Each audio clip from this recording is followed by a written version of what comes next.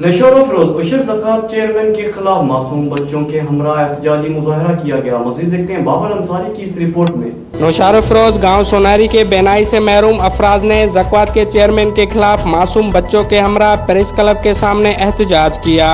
ان کا کہنا تھا کہ چیئرمین اشر زکوٰۃ نے ہمارے بینائی سے محروم خاندان کو زکوٰۃ تک نہیں دی. ان کا مزید کہنا تھا کہ ہمیں نہ اشر زکوٰۃ ملی، نہ بے نظیر انکم سپورٹ پروگرام کارڈ ملا، نہ احساس کفالت کارڈ، نہ معذور کوٹا پر نوکریاں ملی. ان کا کہنا تھا کہ ہمارے بچوں کے علاج تک نہیں کروائے گئے. نابیناؤں کا مطالبہ ہے کہ چیئرمین زکوٰۃ نے زکوٰۃ کارڈ اپنے رشتہ داروں اور من پسند افرادوں میں بانٹ دیے ہیں، اسے برطرف کیا جائے. ان کا مزید کہنا تھا کہ ہمارے خاندان میں اکثر عورتیں، بچے، بوڑھے نابینا ہیں، نہ علاج کروایا جاتا ہے، نہ زکوٰۃ دی جاتی ہے. ان کا مطالبہ ہے کہ ہمارے خاندان کے ساتھ انصاف کیا جائے، معذور کوٹا پر نوکریاں اور بچوں کا علاج کروا کر انہیں بینائی سے بچایا جائے. کیمرامین ٹیم کے ساتھ بابر علی انصاری، راز نیوز، نوشہر افروز.